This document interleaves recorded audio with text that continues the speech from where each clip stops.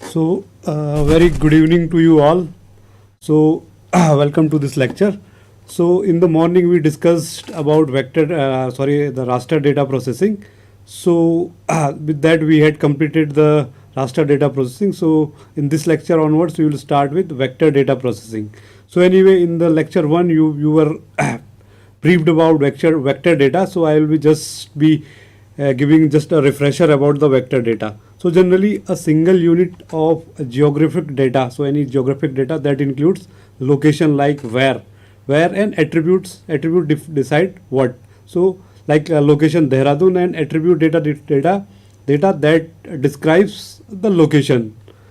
So plus with the location and attribute there may be some metadata also associated with that data, like suppose if we have the census data available there. So we can say that in the metadata we can include information like census when. So maybe the census of year 2003, like who collected those all information and how the information was collected. So the geographic data will have like location, attributes and some associated metadata that describes a bit more about the data.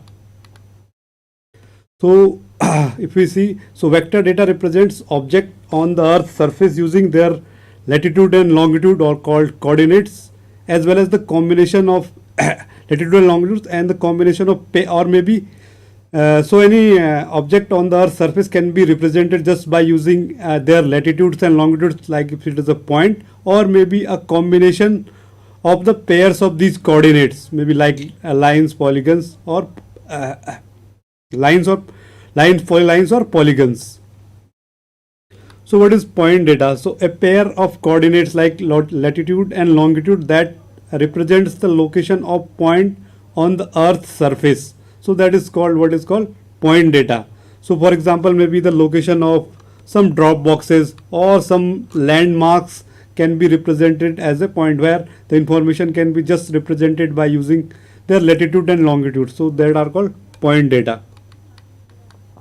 So then the vector data can be represented as lines also. Lines means a series of points that represents a line on the Earth's surface. So for example, maybe the center of roads or rivers. So these type of features can be represented using lines. Like here you can see that this is a combination of pair of latitude and longitudes. So like we can represent a road or river etc. using these lines. Then third way to represent vector features is called polygons. Polygons is a series of points or vertices that define the outer edge of a region. So and it will be, so the starting and ending vertex will be the same. So like suppose if we are describing the boundary of a city, so that can be represented using a polygon like this. You can see that this is the outer boundary of so this can be a city, state, or a country. Can be represented using a polygon. So if we see vector data can be represented either using point, line, or polygon. So like this is the whole combination. So here you can see that any point can be represented using its latitude and longitudes. Here are their latitudes and longitudes, and line will be a combinations of these pairs of latitude and longitudes. If you see that this is the like combination of these 4 points, or it can be a straight line or can be a curved line like this. And polygon will be a closed pair of these latitude and longitudes or vertices. So plus apart from these locations, there will be an attribute data plus it may be an attribute data plus some metadata also may be attached to this data. Like suppose if we are representing schools using points, so then the attribute information apart from the location information, the attributes of these schools may be like their school's ID, the name of the school, or like we can store information like how many students are studying in that school. Then a line could be like we wanted to store information about some bridge or maybe some road. Like then we can say same thing, like we can say the ID of that a road or bridge, so then we can say that whether it is a bridge or like the name of that bridge, and like whether toll, whether it is free or we need to pay toll for traveling over it. Then we can store the information on the city, like what is the name of that city, who is the mayor there, and so on. So this way, with the in vector data, we can store the location of that feature plus attributes, and plus some metadata also can be associated with that data that describes more about that data. So similarly, like this, you can see that this is a map. This is the map of Uttarakhand.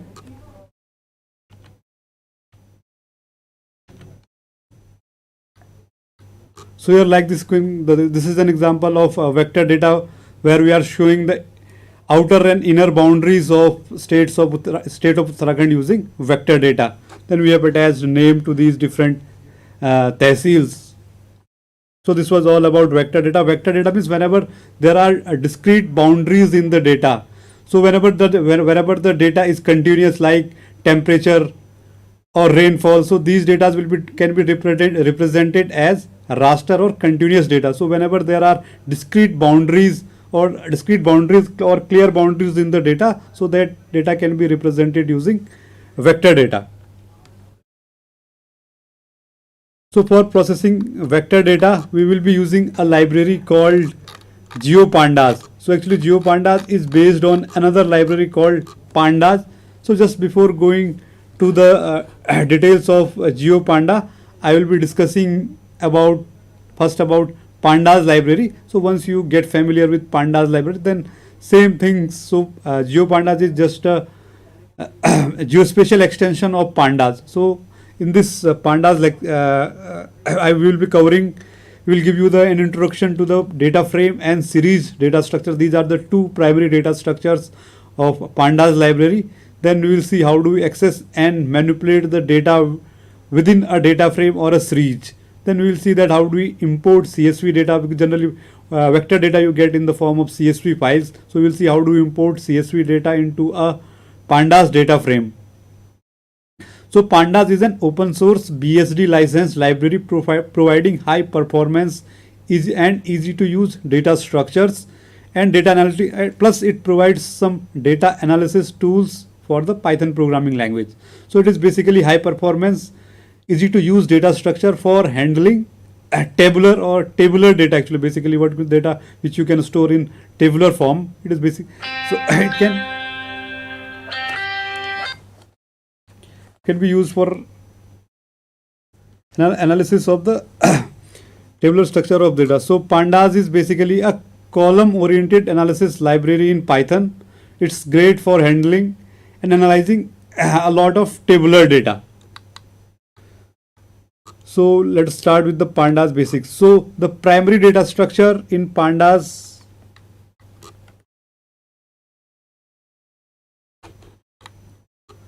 So if you see, basically there are the primary data structure in Pandas are implemented. All primary data structure in Pandas are implemented as two classes. One is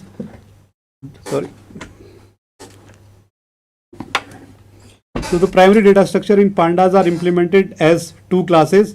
One is data frame. So data frame you can think as a relational table with rows and columns. So if you see here, a data frame can be considered as a relational data table with rows and columns. So now here you can see that this is a data frame. So like when you are opening a spreadsheet or a SQL table, so it is similar to an SQL table. So data frame will be having rows and like these rows and columns. So series, which is a single column, series is a single column. A single column inside this data frame is called a series. So when a data frame contains one or more series, okay. So the data frame is commonly used abstraction for data manipulation. For the purpose of data manipulation, we will be calling this entire table as a data frame. So in the nutshell, so there are two data structures. One is data frame. Data frame is like your entire table. So every column in that table is called a series. So let us see how do we use pandas library. So for installing the pandas, so same thing you need to follow, like you first need to go to your anaconda prompt. Then there directly you can install, like then you can activate your environment. And the command for installing pandas is conda install -c. Actually from conda forge you can install from any channel you can install conda dash forge and then pandas. So once the pandas is installed, then we need to import the pandas for usage. So like here, this is the first statement which we are using for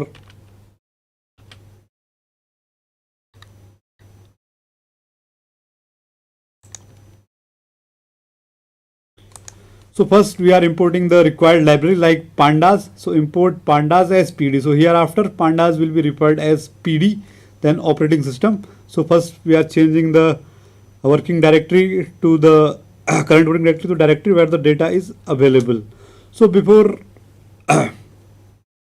create, because the primary data structures in pandas are series and data frame. So before creating a data frame, we will first create a series. Then we will combine multiple series together to create a data frame. Okay. So the basic way to create a series is to construct a series object by passing a list of values.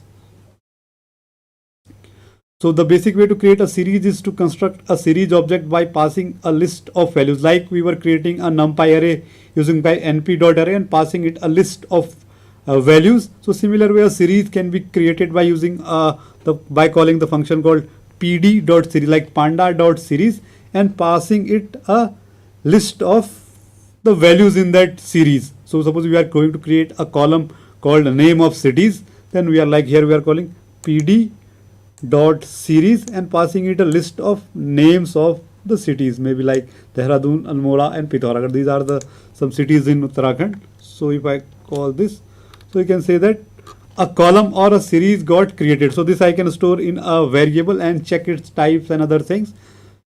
So that is a series. So this way we can create a series by calling pd.series. So once a series is created, now we can create a data frame for this series, because a series will contain, like a data frame will contain multiple series. So data frame objects can be created by passing a dictionary mapping string column. So data frame can be created by passing a dictionary, so mapping string column names to their respective series. Now actually we had just created a series. Now because if you see the table, so every column will have a name. So now for creating a data frame, we need to create a dictionary like of thing.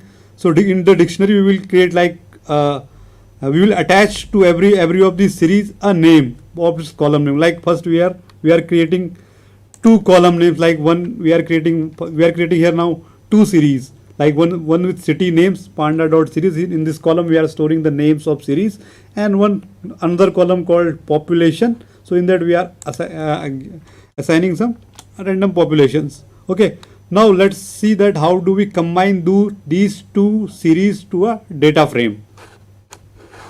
So for that the function is pd.dataframe. Then we are passing it a dictionary where the key is the name of the column, like we wanted to give it the column name to be city name, and the values in that a series. So this city names. Then the second column is the population. The name of the second column is population, and the values in this population column are this population variable. So this way, like if I call this, then you can see a table type of thing, a table got created. So in that two columns are there, one is city name and another column is population name. So the name of the column is what we have given here in this dictionary key, and value are this series. So this way we can create a data frame. This data frame contains two data series. So similarly, now suppose if you have some data in a CSV file, or actually pandas can read data from multiple sources like a CSV file, XLS, or directly you can read an Excel file or paraquet, HTML. Actually suppose it can, even if the information is in the form of table in HTML page, so that information also pandas can directly read. It can read HDF file, JSON file, GPQ or Pandas can directly read from the SQL database as well. So it has the function for reading from these different sources. Plus, once a data frame is created like this, then you can write it back to different formats. The same formats what you can read, so it can write to these formats as well, like CSV, XLS, JSON, HDF5, HTML, or directly even Pandas can write it to the database as well. So like suppose here I have a stations.csv file. So like if I go to this,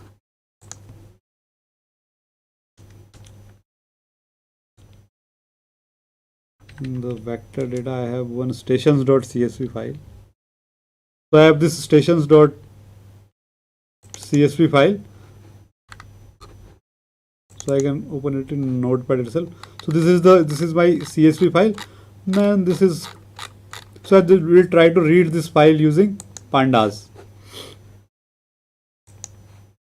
So like here I have created a variable called file underscore name. In this I have stored the name of that file.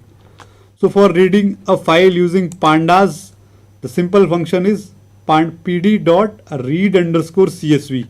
So one argument we need to pass it, that is the name of the file which you want to read. And actually there are a lot more options what you can pass to it. You can just go through these options and pass any of these options depending on your requirement. So for reading the file, pd.read underscore csv. So then I am passing the name of the file which I want to read. So df. Now if I see this df, so now you can see that once if I print this df, so it has printed the file in a nice tabular structure, like station ID, station name, name of station, latitude and longitude of that station. So the example above used data frame. Now suppose if you wanted to, this is data frame. Now suppose if you want to get some statistics about this data frame, so there are multiple functions available in this. Now suppose if I call in this data frame, so at df.describe, if I call, it computes nice statistics about all the columns. Like actually there are only two numerical columns in this data frame. So one is latitude and longitude. So this has computed the statistics about these latitude and longitude columns, like their mean value, standard deviation and minimum value, 25th percentile, 50th, 75th percentile and maximum. Then the similar way for other columns. So with df or data frame dot describe, you can get nice statistics about your data.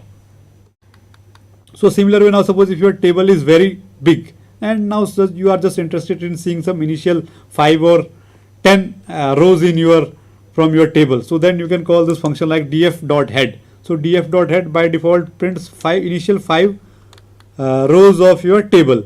So that if you pass it some other argument like a number, then it prints just those numbers. Suppose if you want only see only 2 numbers, then just you can pass df.2. So then just 2 rows gets printed. Now suppose if you want to inspect your few last rows of your table, then you can call the function df.tail. So df.tail gives you the last 5 rows of your table. Then similar way, suppose if you want to see the last 2 rows, you can call df.tail and pass number like how many columns you want to rows you want to see. Then you can see this way. Now once a table is there and we have calculated some basic statistics about the data. Now the requirement may be like you need to access like some particular column, or you want to search for some specific value in some particular column, or maybe the entire table. So that let us see that how can we access the data from the table. So we can access the data frame data using familiar Python dictionary operations like indexing we can use, or using key values also. Also we can access some particular data from the Pandas data frame.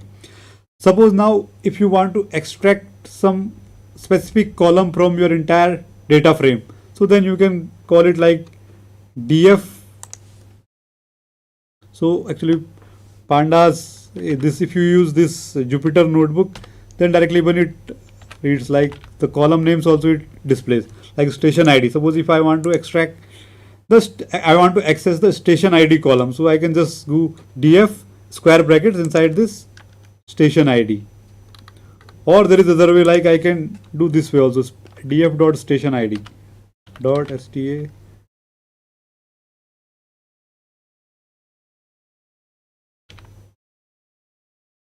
like station. If I see station, there was one column called station also. This way either df dot the column name or df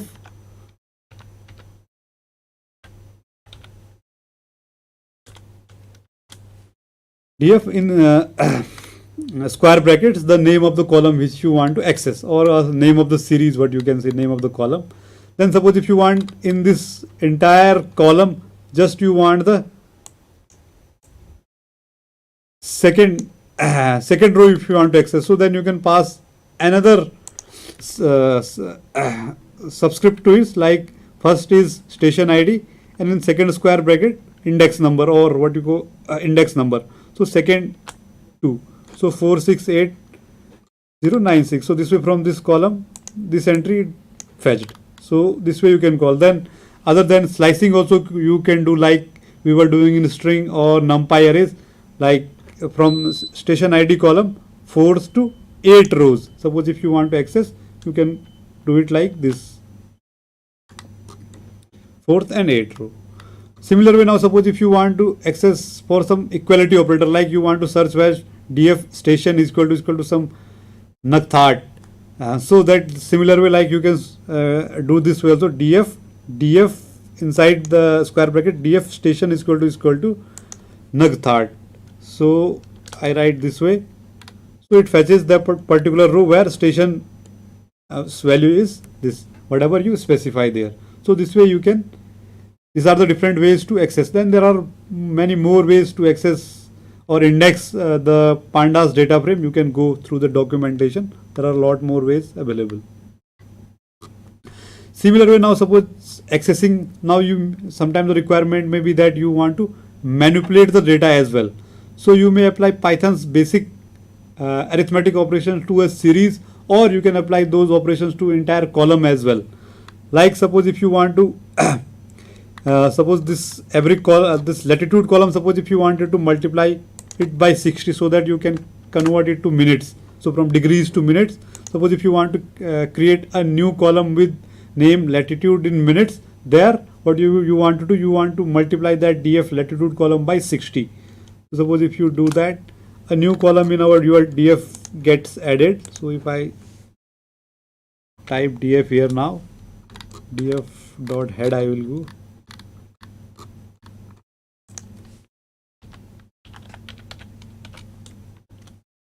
If I do df dot head, now you see that a new column got created here, latitude in minutes. So that is just this number multiplied by 6 for every row there. So this way you can apply any operation to any of the column.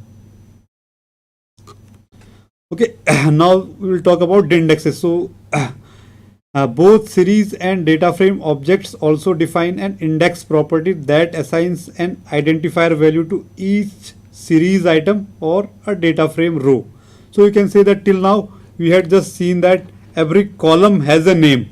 Similar to every column, we can attach a name to a row as well, so that we need not remember the integer indexes. So even rows also we can access by name, like we were accessing df dot station. So similar to the column names, every row also has an attached name or attached label that is called an index. So by default at construction, pandas assigns index values that reflect the ordering of the source data. So whatever way your source data was there, so in the same order it will assign them by default integer indexes starting from the 0 onwards. So 0, 1, 2, 3, 4 and so on. So once created, the index values are stable, they do not change when the data is reordered. Now suppose if you are reordering the rows, but what may happen, their indexes will remain same only, the indexes or label of that.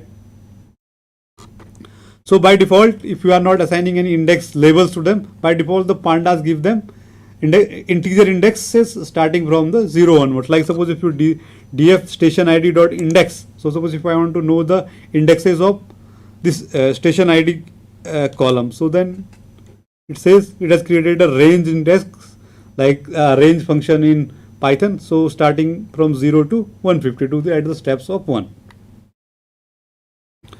So now suppose if you want to reindex or reorder the rows. So for that there is a function called reindex. So station ID dot reindex.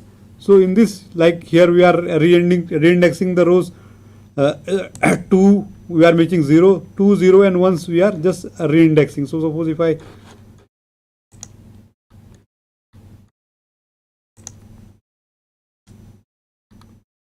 so here this way I am just reordering the rows. So index 2 so comes to the top, 0 at the second and 1 becomes second row. So this way I can reorder the columns, or sorry, reorder the rows by using reindexing. Now there are multiple functions, like suppose if you want to sort, so you have a table and you want to sort it by using some of the column. So there is a function like called df dot sort underscore values. So data frame dot sort values. So here we can sort the entire data frame. So like then it you pass it an argument like by is equal to, so by which column you want to sort it. Suppose if I want to sort the data frame on latitude values, so then I can call it df dot sort underscore values and latitude. So now you will see here this will be sorted by the latitude column. Then you can sort it by multiple columns as well, latitude, longitude and so on, by sort underscore values. So this was all about this was some basic introduction to pandas. So we discussed that pandas is a very good Python library for handling the tabular data. So in pandas basically there are two data structures. One is data frame, another is data series. So data frame is like an entire table or SQL table or spreadsheet sheet you can say, and every column in that spreadsheet or a table is a data series. So now then later on we see that how can we access these different columns. Then we talked about indexes and so on. So the counterpart of pandas for handling geospatial data is GeoPandas, because pandas cannot handle geospatial data. So the extension of pandas for handling geospatial data is called GeoPandas. So in this we will get again an introduction to geo data frame and geo series data structure of GeoPandas library. So similar to data frame and series in pandas, GeoPandas has two data structure called geo data frame and geo series. Then we will see that how do we access and manipulate data within a geo data frame and geo series. So this manipulation is similar to what we have done in data frame and series. Then we will see how do we read vector data. So till now we are just reading some tabular or CSV data. Then later on we will see that how do we read vector data available in some vector data format, like maybe GeoJSON, shape file or some other format. Then we will see that how do we manipulate these vector data using GeoPandas. Then we will see how we do some basic processing or analysis on that vector data. And then finally we will see that suppose if we have some vector data available in some different format, then how do we convert it to some format like GeoJSON or maybe a shape file vector data. So GeoPandas basics, if you see, GeoPandas also similar to pandas is an open source project to make working with geospatial data in Python easier, as pandas had made working with non-spatial data or non-spatial tabular data quite easy. Similar way, GeoPandas has made to work with geospatial data in Python very easy. So GeoPanda extends the data types. So basically GeoPandas extends the data types used by pandas to allow spatial operations on the geometric types.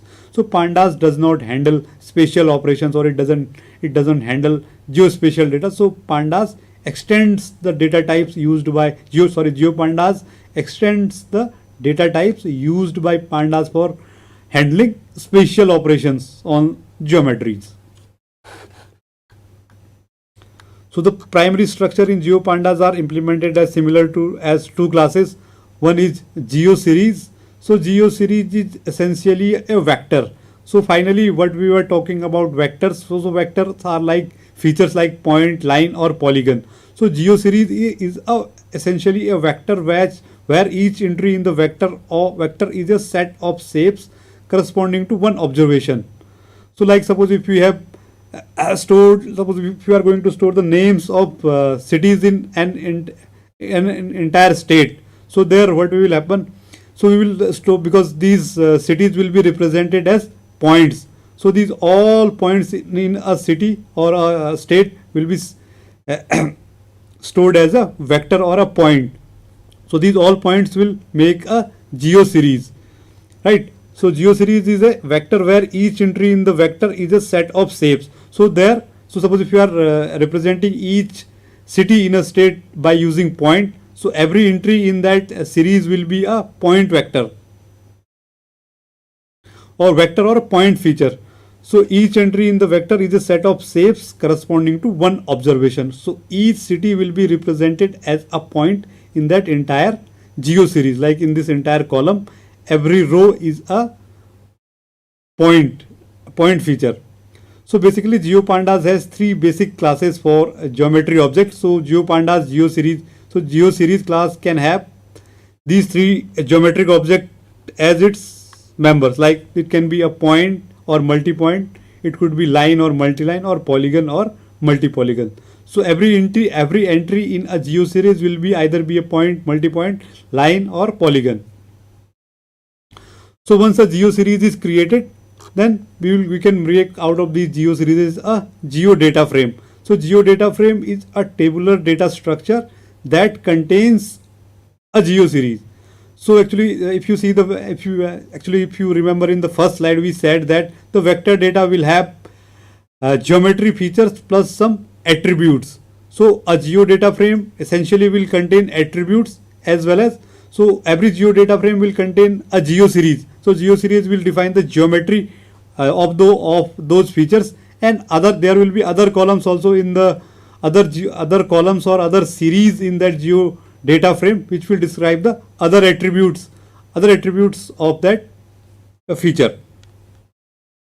So essentially every geo data frame will have at least one geo series that will be treated as the geometry of that geo data frame. So a geo data frame can have multiple geo series, but out of that only one will be taken as its default geometry. So if you see that the most important property of a geo data frame is that it always has one geo series column. So at least it will have one geo series column that holds a special status. This is called the geo data frame's geometry.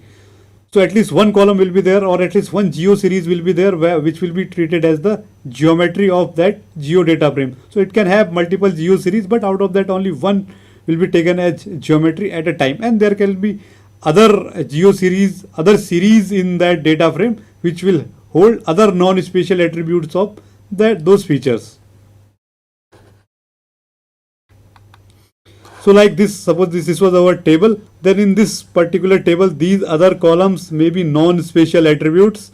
Then there will be a special column called geo series which will contain the geometry of that entire feature. So every row in this geo series will be a observation corresponding to that entire feature. So now let us see how do we read and write this vector data using GeoPandas. So today we will just see that how do we read and write. So actually there are multiple vectors. So vector data also can be stored in different formats like raster data. So one of the most common used format for storing vector data is ISRI shapefile. This is wrong.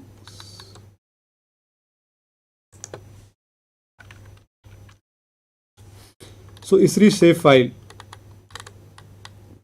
So ISRI shapefile is a simple non-topological format. So ISRI shapefile does not store topological information.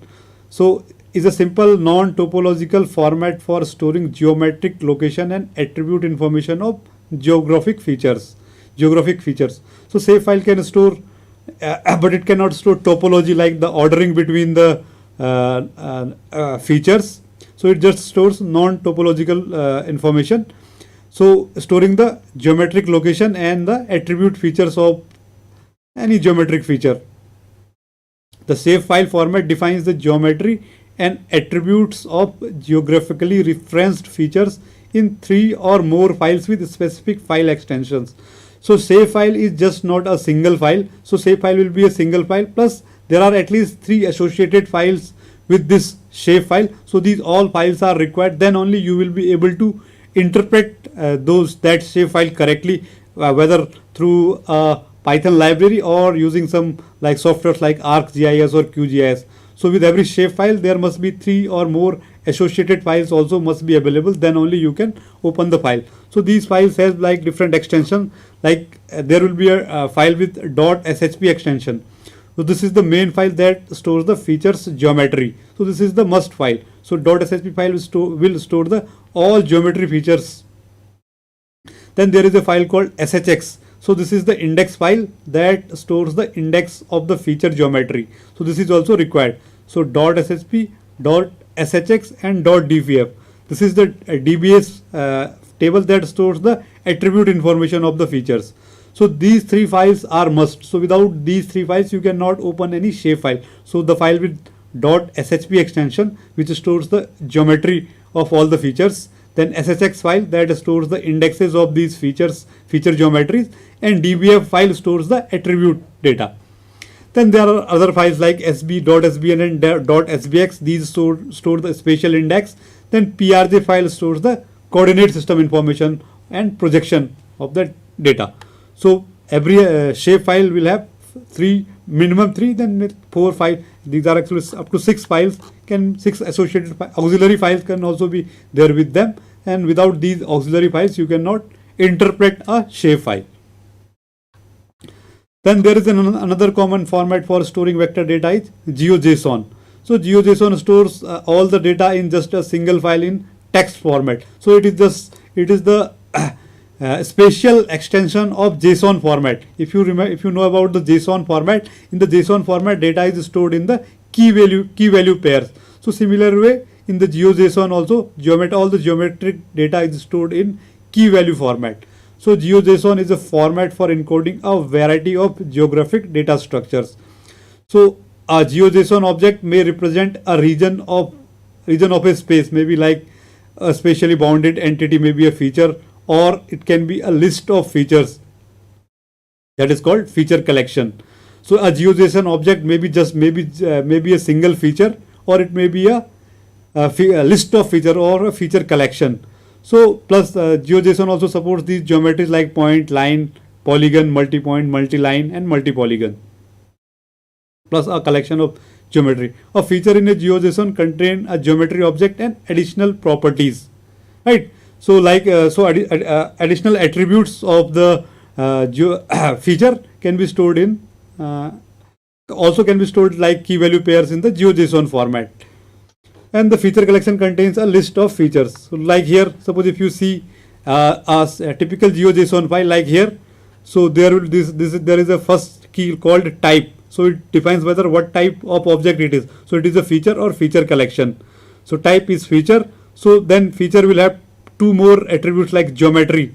So a geometry is defining the geometry of this feature. Like this is a point type, and these are the coordinates of this point. So this feature is a point feature, and these are the coordinates of that point feature, and this is this may be the other non-spatial attribute of the data like properties.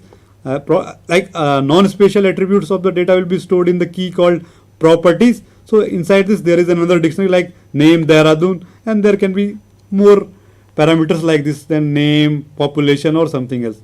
So this way we define, this way the geometric features are stored in GeoJSON format. Then like GeoJSON, there are other formats for storing vector data like GML or geography markup language, keyhole markup language, or even you can store them in MongoDB or Microsoft SQL Server spatial database is there, or OGC WFS service and all. So these are the different, or actually like package DB. So there are multiple formats for storing vector data apart from ISRI shape file. Now let us see how do we read a shape file. So for this, first you need to install GeoPandas library. So installing GeoPandas also similar to so first, before using that, you need to install GeoPandas to your environment. So conda install, same thing like minus channel conda forge and the GeoPandas. So once this is done, now you need to import the pandas. So anyway, here we are importing all the similar way we had been importing. So GeoPandas, then we will be referring GeoPandas as GPD, then NumPy, Pandas, Matplotlib, and GeoPanda, and we are just importing Geo series also. So because we want to create a series. So in this, now I have a vector file named India state boundary.shp. So if I see my vector folder, so here I have this, you can see that India boundary.shp. This shape file I have available in my folder, and these are the auxiliary files associated with this file like CPG, DBF, PRJ, QPJ, and SHX. So out of these three files are mandatory, like SHX, SHP, and DBF. So without these three files, we cannot read or interpret this shape file. So now let us go ahead with reading this file. So this file name of this file I have stored in the variable called vector_file. Now suppose I want to read this file. So in the GeoPandas package, there is directly a function available that is called gpd.read_file. This read_file can be used for reading vector data in any of the formats supported by GeoPandas. So gpd.read_file, and I will pass it the name of the vector file. So like I am storing that in the India geodata frame. Like if I see the type of this, it says that this is a type of GeoPandas.geodata frame.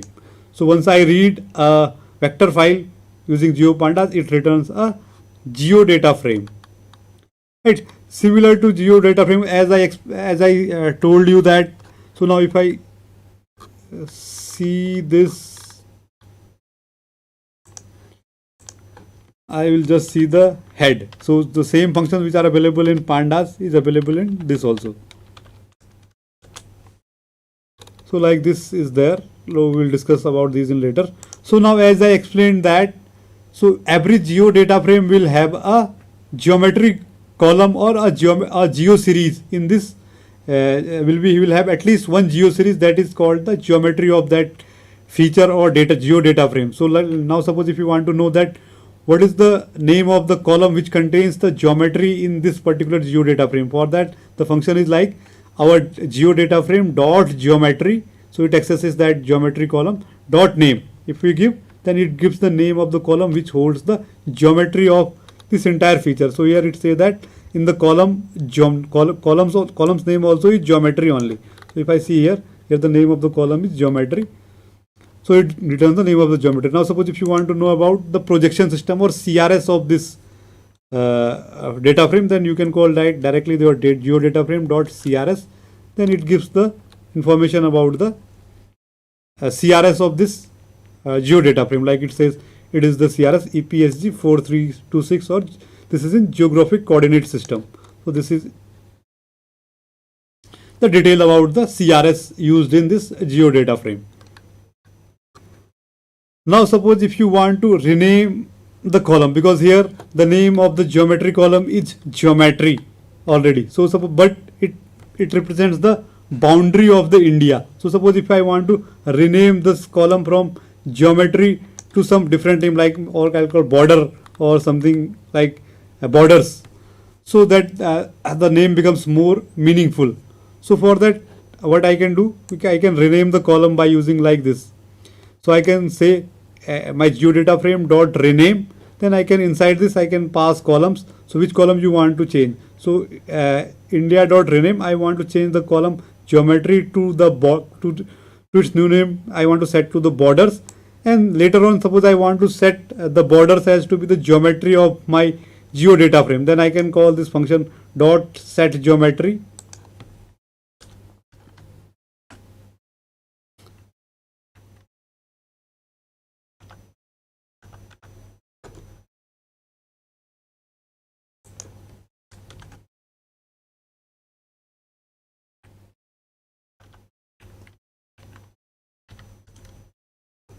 as borders. Now if I do this, so this way I can now, if I see the with head, now you can see that a new column got created here. So geometry column got replaced with the name borders, and these are the other non-special attributes of this, like shape, length, shape, area, and so on. So now once I have read the data, so it's sometimes tempting to visualize this data. Like suppose if I want to visualize it, now I want to plot this shape file. So for that, direct simple function is available. You can call geodataFrame dot plot. So if I call the plot function, it plots the geodata frame. So here you can see the map of India showing the outer boundaries plus the inside state boundaries. So actually this is a bit older file because it is not showing the boundaries of Ladakh region, but this way you can see that. Now sometimes what might happen, you may get these all files in a zipped folder, right? So because you will be getting three or four or five files and auxiliary files with a shape file. So sometimes the user is distributed it in zip format as well. So GeoPandas can directly, so specifically you need not unzip it for reading. So GeoPandas can directly read a zip file also. So here what the only thing what you need to define while defining the name of the file, you need to prepend it with just with this zip : /. So if you do like this, if you define the file name like this, then you can directly read a zip file also. But inside the zip file, there must be all other files also, like shape, SSP, SSX, and DBF file. So this way, like if I call now gpd.read_file, actually here I have a India state boundary directly. This is available under this zip file, and I can read. So in this, there are district boundaries of India. So this previous file was having state boundaries. This file has district boundaries also. Inside this, you can see that these are the other files like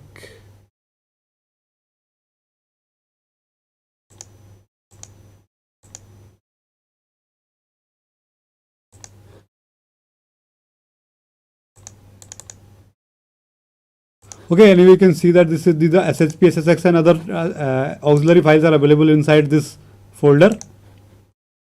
So how do we read this? Just I will call gpd.same function, but instead of this I have passed the name like this, zip India_district boundaries.zip. So then it can read this also. Now if I print this India.head, so now you see this different file like shape, length, shape, area, ID 0, ISO, name, and these are the attributes, and there will be a geometry column also. So this is a geometry column which defines the these are the multi polygons. Now suppose if I want to plot this district boundaries of India, then directly I can call dot plot. So now here you can see that all the district boundaries are also inside, are visible inside the map. So once this is done, you can just close this, and suppose if you want to see only some 10 lines, then you can do like by calling head. So similar things like this are there. Now suppose if you want to subset this geodata frame, now because you have the boundaries of the entire India. Now suppose if you want to subset, like we had subset or filter, like we had filtered pandas data frame. Similar way we can filter this geodata frame also. Like here there is an attribute called name1. So in the name1 it looks like that the name of the states are stored, right? So now suppose if you want to extract the boundaries of Karnataka, so then we can subset it like India underscore name1 is equal to Karnataka. Wherever the name is Karnataka, just extract or filter out those features only. So now if I do this and see the subset dot head, and so these rows only got extracted. So similarly, now suppose if I want to plot or view how does it look like, then if I call the plot function, now you can see that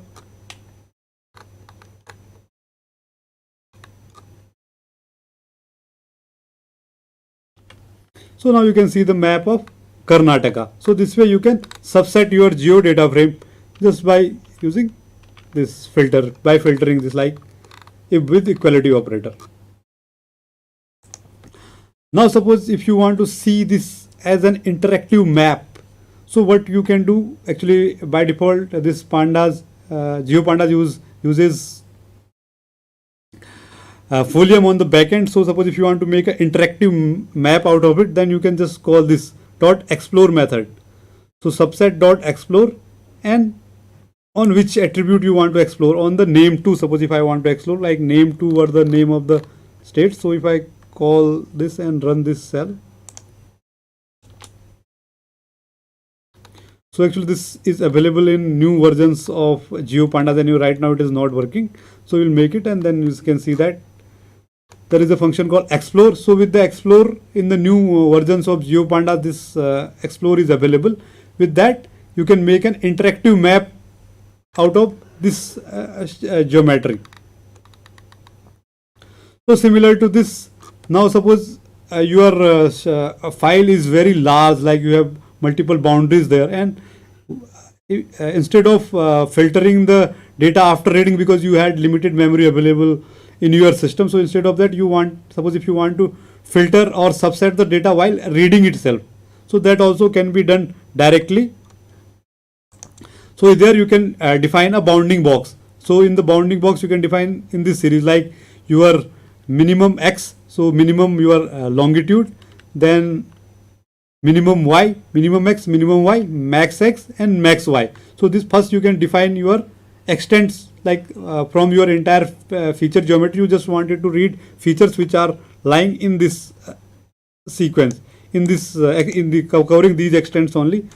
So then I can call like your geopandas.read file, the name of the file, and bounding box. By bounding box also I can pass. So these are the extents covering Uttarakhand region of the India. So if I read like this and plot, I can see that from the entire file only this area was read. Though this is some part of Uttarakhand because the boundaries are not exact. So this way you can just read a subset of features from your data before. So instead of subsetting it after reading, you can subset it just while reading as well. Right. So similar to shapefile, you can read a GeoJSON file also. Like here I have a GeoJSON file called almoda.geojson.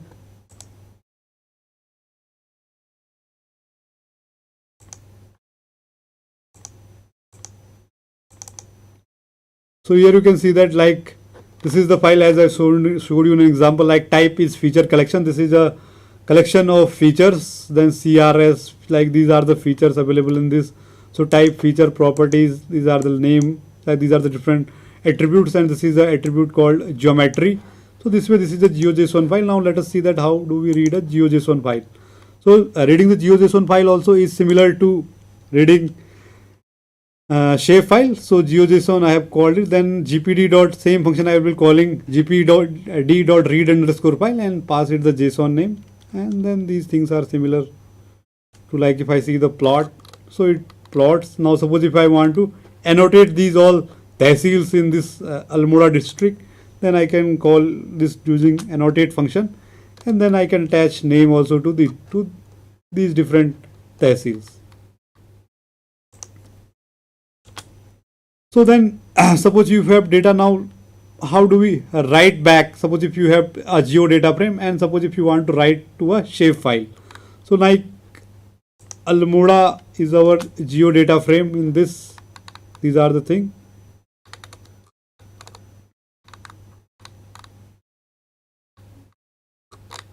So in this already a column with name population is there. Now suppose instead of this population I want to attach one new random population to this state. So I am just creating a series by calling np.linespace, and some random population I am assigning to a quantum series, and I am replacing the population column in this Almoda. Now if I see this Almoda column like this, now this is in GeoJSON format. Now suppose this Almoda I want to write it to a shape file. So almoda.shp, there may be some files there. So I will delete all these files.